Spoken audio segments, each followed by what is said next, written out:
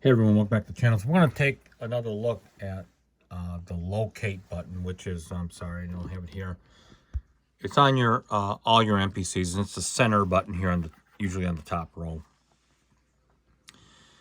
And what that's really intended for is for two things. One, there may be a time where you need to have markers, and that's another term for that. And then also the quickly, it's just another way to facilitate to use sort of a pre-roll when you're punching in and punching out. Now, I'm had always been sort of lazy, but in a way, it can go either way for me. But what I'm going to show you, so I've got an 8-bar phrase here, and I might want to, I'll just zoom in so you can see this on the video itself, but you don't have to have it on this page. And I might want to do a fill that's on bar 8. So as you can see, this blue line. And so the real simple thing to do is just go to that bar 8 and do a fill. And so I'll just do that right now.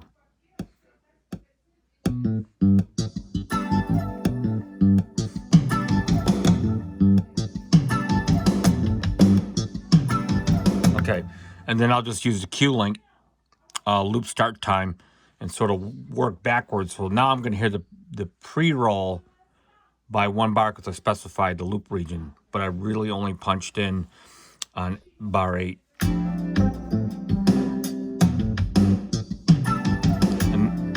And now I can go into overdub and do anything else. Okay. Now that works okay for me, and what's cool about that way, as I had shown on the MPC keys and all that, as opposed to the MPCX, what's kind of cool is I can take advantage of the multi-16 Q links, and this stuff is all sort of hard-coded and embedded simultaneously on this, what I call the second screen, with hardware control. So screen control and all that. So, but the actuality is, so let's go put this back here, is the right way to do it, or in some cases the best way to do it, is you need some kind of context and you want to have a pre-roll. Therefore, the way I just showed you doesn't really work because you're coming in cold to that 1 bar in this case. So if I hit locate, you can, let's just, for people that are brand new to the MPC, top row is just basically your transport. So if I play, you're going to see this go, right? The second is your punch in, punch out, excuse me. The second little slot is your punch in, punch out, basic. And then what you have is 6 memory locations, or they call it locations. I refer to them as markers. And you can set those manually, or you can set those based on where you are within the transport. So let's say, I mean, this is only an 8-bar phrase, so maybe I just want 2 memory points. One would be the actual punch-in area, which is that from between, which would start at bar 4. All right, so so you can set it manually by hitting that button, or if you look at this, you got 6 and 6, and the way this works is it's 1, 2, 3, 4, 5, 6. This represents your set point. See how I went to 4? And this represents your actual marker. So it's a hands-on control marker. And I'll get into the pros and cons in a minute of all this. And then I'll set at bar 3 right here. I'll set the second marking point right here, which gives me a 1 bar pre-roll. Okay, and we'll just use we'll use the third marker, which is defaulted as 1. All right. Actually, you know what? That was actually my bad. That punch-in was actually at bar 8. And then the pre-roll, which I want to be, is at bar 7. So that's simple. Okay, so at this point, visually what you can see is if I play this, I can take it all the way up to, there's 2. So I'll manually set that back. So I'm going to trigger this at bar 7. bar 8. That's bar 1. So you can imagine on a pattern that's like 64 bars, you could really, these actually can be very useful. Now let's talk about the punch in, punch out. What I'm going to do is I'm going to right now set that bar, punch out is 9-1, and then we'll just we'll do it at, let's see, it doesn't have to be exactly on the bar, by the way. It actually doesn't have to. But we'll do this at, we'll do it at 7, the punch. No, we'll do it 8.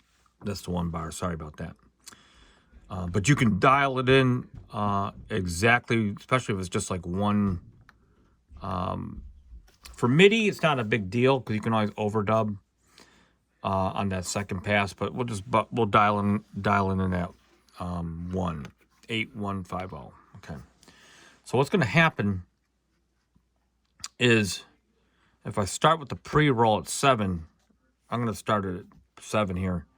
And when I hit record, you're going to see this blink, the transport down here, and then it'll go solid when it gets to that punch-in part.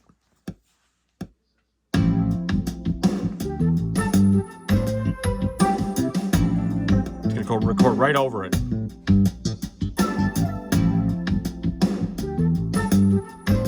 So we'll just accelerate and go to 7. See how it went solid? And then it turns off. There's no overdub at this point. So at this point, that's basically your basic punch-in. Now, here's the thing. Here's the thing about this. There's other facets that go along with punching in and punch out. And so the MPC, because the MPC X, one of the advantages of having the X is you have a dedicated control and mute switch right up here, which is fantastic. And unfortunately, it's one of the slight little advantages that you don't really consider when deciding between the different models. So being in this page, there's 2 tricks to this whole thing. I guess this video is going to be a little bit more trickier than I thought. So in the case of drum programming, see how I'm on a drum track, but I can't really respond to anything right now. There's no drum sounds on here. Okay, that's one kind of slight inconvenience. The second inconvenience is sometimes when you punch in, you might want to solo something or mute something, like the track you're on, so you can hear what you're doing. And that would require you to go outside again out of this locate page. And I like to have this locate page floating all the time in some cases. Now, keep in mind, punch in, punch out still works. When you're in this mode, you're in this mode. It doesn't matter. See how you got the red line up here. All right. Okay, but you don't get the locate points. So if your desire to use the locate points along with your punch-in workflow, you're not going to, that I know of, be able to do it. So you will have to use your Q links and create that loop to simulate that locate point. So in this case, I got it on 7. So watch if I record. Now I got the drum.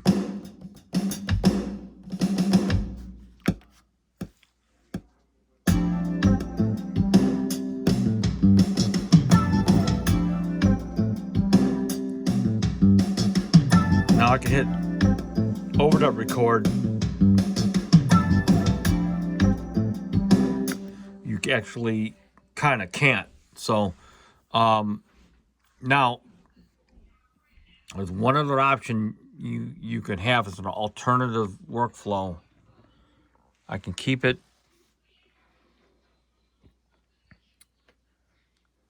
around the full pattern length, and I can go back to locate right here and leave it frozen on this page, a lot like the quantized page I showed in the previous video. And then I can use an external controller, which I have another video about the advantages of using an external controller when it comes to editing samples and all that, but drum samples. So I can leverage the locates.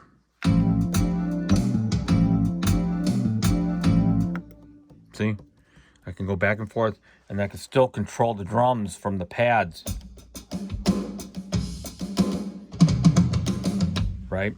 And so, kind of interesting workflow. If you got the space and you got an extra drum pad that you like the feel of it. And so all I do is just punch in, and I'll start it from 7, right?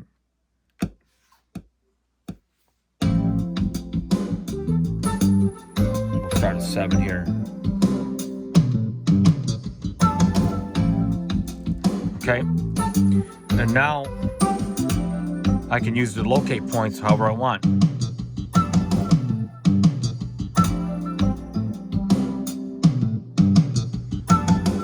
So there's sort of an enhanced workflow, but it does require, in order to keep this page frozen.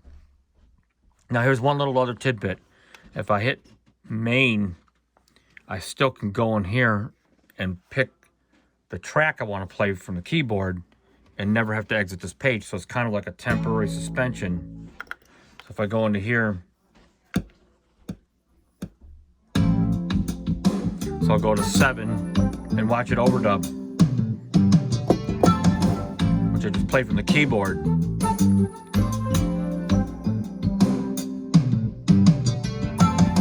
Just that little fill, right? And so that's, to some extent, it works. Look like going to the bass, and I never have to leave this area with the locate point. It's just the fill I just recorded.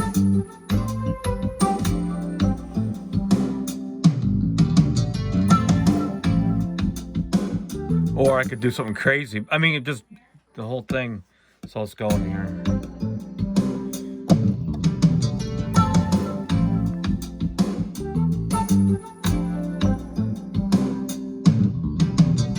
Crazy fill, right? But the fact of the matter is that you get the advantage of both.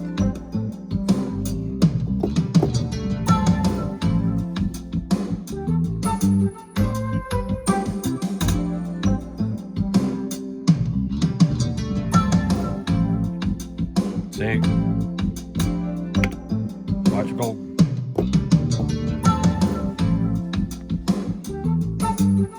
And so you can kind of scroll through your single tracks now. As far as it relates to multi-track recording, I don't think you can do that like this.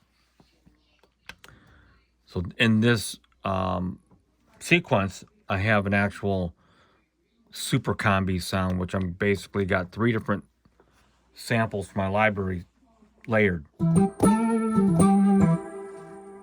if I go into here, we'll just merge them all. Okay, and then we'll just take this off.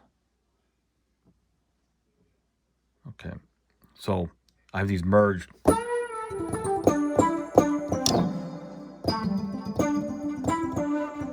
That you wouldn't be able to do that. You'd have to go out of the mode. But once you're in punch in, it'll go into here, it'll punch in it right here.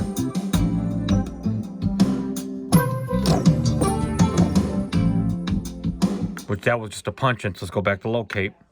But what I found, and here's the thing I just recorded.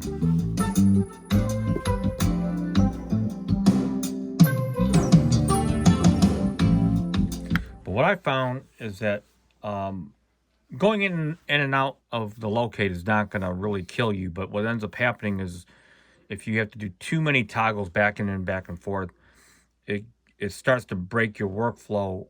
Or if something is just too difficult to do, you'll just skip the feature and you'll create a way to circumvent around having to use that feature, which is actually cool. It's sort of like functionality by necessity. But that's why I'm showing you this drum pad, because locate can actually be a really a cool feature that you want to leverage. But the fact of the matter is you have to be in this, from what I understand, you have to be in this locate page. Like they don't actually have like special buttons for locate that I know of, at least. But if there is something out there, just leave any questions in the comments. It would be nice if you hit shift and 1, that would be a locate point. And I don't think you can do that, but that would be cool. Or, you know, now this is just streaming, but if you had an extra 6 buttons here, and if you hit an F key, they turn into locate points or whatever. So anyway, until next time, peace out.